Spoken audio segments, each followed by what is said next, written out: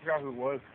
On 6th, I remember some guy in years past, he thought he could use telekinetic powers to stop a moving train.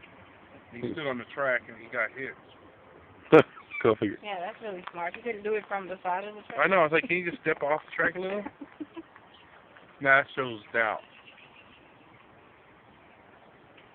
Oh yeah. Hi! Say hi. Say hi, everybody. We got fingers.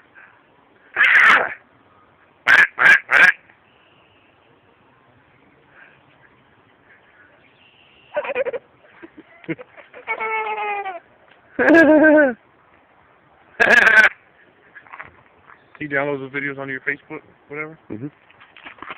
We're so behind the scenes. He kept up. He's gonna know how to do everything.